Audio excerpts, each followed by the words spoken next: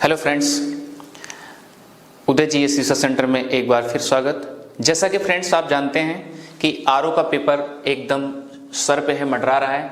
और आप ये जानिए कि आज सेशन जो यानी 1 जनवरी और 1 जनवरी के उपलक्ष्य में यानी 1/1/2025 आपको सबसे पहले हम आरओ का सिलेबस लेकर आए हैं। सिलेबस के अकॉर्डिंग हम पाठ्यक्रम खत्म करेंगे, ये हमारी रिस्पॉन्सिबिलिटी होगी। चलिए आइए देखते हैं आरओ सिलेबस क्या है, पाठ्यक्रम में आपको क्या पढ़ना है, उसके बाद कैसे कैसे आप क्लासेस चलेंगी, ये कल से क्लासेस भी प्रोवाइड कर दी जाएंगी। यूपी जो आरओ का एग्जाम है यानी कि रिव्यू अफसर और असिस्टेंट रिव्यू अफसर के जो पाठ्यक्रम सिलेबस है उसके लिए प्रारंभिक परीक्षा का पाठ्यक्रम जो है इसमें समान, सबसे पहले तो यह ध्यान देना है जो प्री होता है उसमें जो समान अध्ययन होता है वस्तुनिष्ठ होता है यानी बहुविकल्पी होता है और समय 2 घंटे होते हैं और जिसमें प्रश्न 140 होंगे और पूर्णांक 140 होंगे यानी एक प्रश्न पर 1 क्वेश्चन नंबर होगा। क्लियर हो गया? यानी आप यही कहेंगे एक क्वेश्चन पर 1 नंबर होगा आपका। क्लियर? जिसमें पूछा किया जाता है यानी सामान्य विज्ञान, जनरल साइंस और भारत का इतिहास। ठीक है, उसके बाद भारतीय राष्ट्रीय आंदोलन, भारतीय राजतंत्र और अर्थव्यवस्था एवं संस्कृति, भारतीय कृषि, वाणिज्य एवं व्यापार यानी जनसंख्या, पॉपुलेशन, एनवायरमेंट और नगरीकरण, भारतीय परिप्रेक्ष्य में यानी भारत के परिप्रेक्ष्य में ये जो देखा जाता है जनसंख्या, पर्यावरण और नगरीकरण पूछा जाएगा। उसके बाद आप देखेंगे विश्व भूगोल तथा भारत का भूगोल। अब आपको याद होगा कि विश्व का भूगोल इतना तो छोटा है नहीं और भारत का भूगोल इतना छोटा तो है नहीं, आप जानते ही हैं। जैसा कि आप अभी जो पीसीएस का एग्जाम हुआ है, पीसीएस के एग्जाम में आपने देखा कि लिंदी से लेंदी क्वेश्चन पूछे गए हैं। यानी आप ये समझिए, कहने का मतलब ये लिंदी, हमारा कहने का मतलब लिंदी जो है ये आप देखेंगे कि गहराई और ऊंचाई तक की बात की गई है। यानी दर्रा जो है पूछा गया, दर्रा कितना ऊंचा है समुद्र तल से, इतनी बात पूछ गई।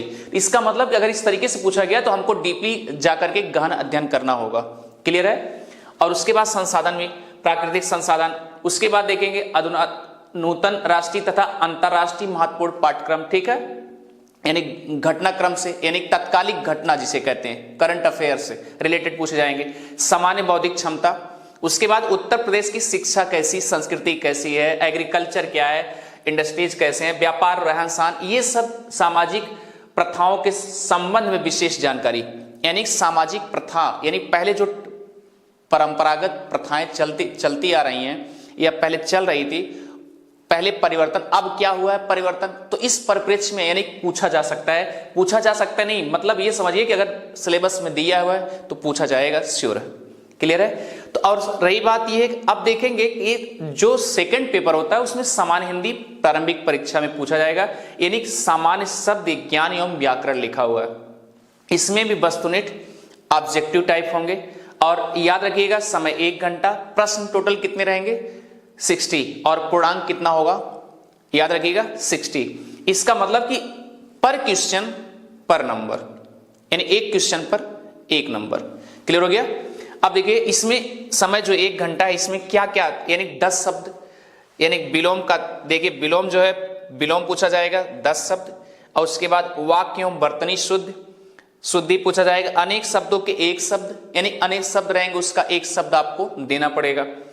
उसके बाद तत्सम एवं तद्भव मतलब हुआ यानी कि जो पहले संस्कृति भाषा थी वो आप समझिए, आप जैसे जानते हैं हिंदी के बारे में, तो उसमें तत्सम यानी संस्कृत जो वर्ड से निकले हैं उसके बाद कन्वर्ट किया गया, तो ये क्या तद्भव हुआ, ये तो आप पढ़ेंगे।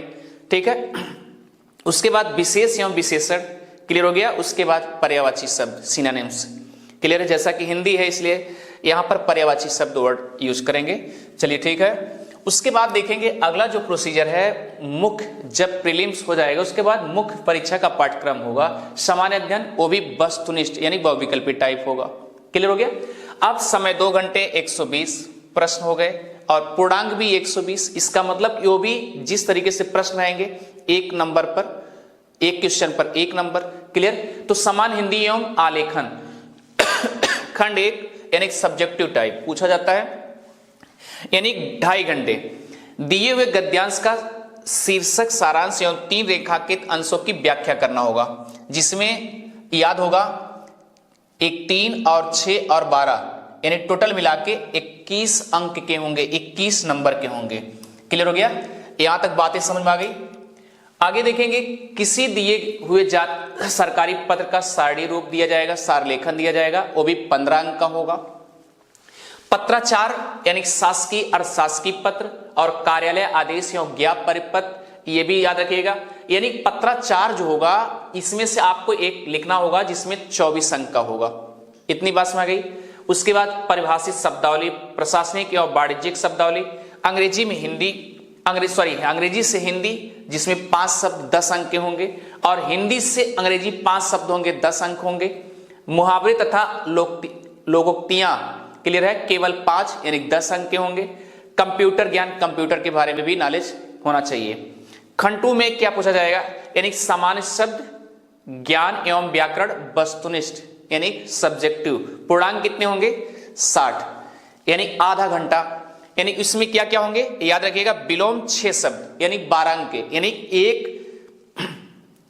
एक शब्द होगा उसके लिए 2 अंक होंगे। इतनी बात समझ गई। उसके बाद वाक्य एवं वर्तनी शुद्धि, 6 वाक्य 12 अंक में, अनेक शब्दों के 1 शब्द, 6 शब्द 12 अंक, यानी सब क्या है 6 शब्दों में लिखना है। अब यहां लेकिन याद रखनी है, वाक्य एवं वर्तनी शुद्धि जो लिखा है यहां पर वाक्य लिखा है, 6 वाक्य पर 12 अंक होंगे, यानी 6 वाक्य आपको लिखने होंगे तब 12 अंक मिलेंगे। बाकी सब देख रहे हैं शब्द है, यानी 6 शब्द 12 अंक। इतनी बातें आपको अच्छे से समझ में आ गई होगी। उसके बाद तीसरा क्या, हिंदी निबंध। क्लियर हो गया? यानी समय कितने होंगे 3 घंटे के, पूर्णांक कितना होगा 120 का होगा। और इस प्रश्न पत्र के अंतर्गत 3 प्रश्न होंगे, प्रत्येक प्रश्न के एक शीर्षक का ख ग का चयन करते हुए दी गई सीमा में कुल 3 निबंध लिखने होंगे। क्लियर हो गया? इतनी बात समझ गई। यानी शब्द सीमा कितनी है 600, और कितने अंक के होंगे 40 अंक के होंगे, जिसमें पहला क्या है का साहित्य एवं संस्कृत, सामाजिक क्षेत्र और राजनीतिक क्षेत्र। क्लियर हो गया? दूसरा क्या है विज्ञान, पर्यावरण एवं प्रौद्योगिकी, यानी शब्द सीमा 600, ये भी 40 अंक का। तो इसका मतलब कि जो इसमें दिया गया 3 प्रश्न होंगे, प्रत्येक प्रश्न के एक शीर्षक। इसका मतलब कि इसमें से चाहे आप क्या करेंगे, इसमें से कोई लिख लीजिए, चाहे साहित्यिक सांस्कृतिक लिख लीजिए, या इसमें से आप कोई लिख लीजिए, आर्थिक क्षेत्र लिख सकते हैं, विज्ञान पर्यावरण या प्रौद्योगिकी लिख सकते हैं, क्रिया कृषि एवं व्यापार से संबंधित लिख सकते हैं ना। तो इस टाइप को होंगे।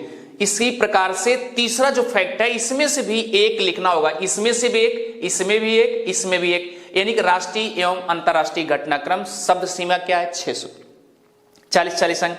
इतनी बात समझ गई।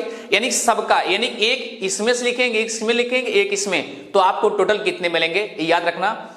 यहां पर दिया गया 40 अंक दिया गया। अब आप समझिए टोटल कितने हैं 400। इतनी बातें समझ गई। यहां पर देखिए, यहां लिखा हुआ है राष्ट्रीय अंतरराष्ट्रीय घटनाक्रम, शब्द सीमा 600, प्राकृतिक आपदाएं, भूस्खलन, चक्रवात, भूकंप, बाढ़, सूखा इत्यादि से संबंधित होंगे ये राष्ट्रीय विकास योजनाएं। तो इतनी बातें आपको अच्छे से समझ में आ रही होगी। तो फ्रेंड्स, इस प्रकार से ARO का सिलेबस रहा है। तो फ्रेंड्स याद रखिएगा। और हाँ, संडे के दिन मैराथन लेना, महामैराथन लेना ना भूलें, वो भी मैथ का चलेगा, SSC GD लेवल। तो फ्रेंड्स आ रहे हैं घनश्याम सर डिलाई से।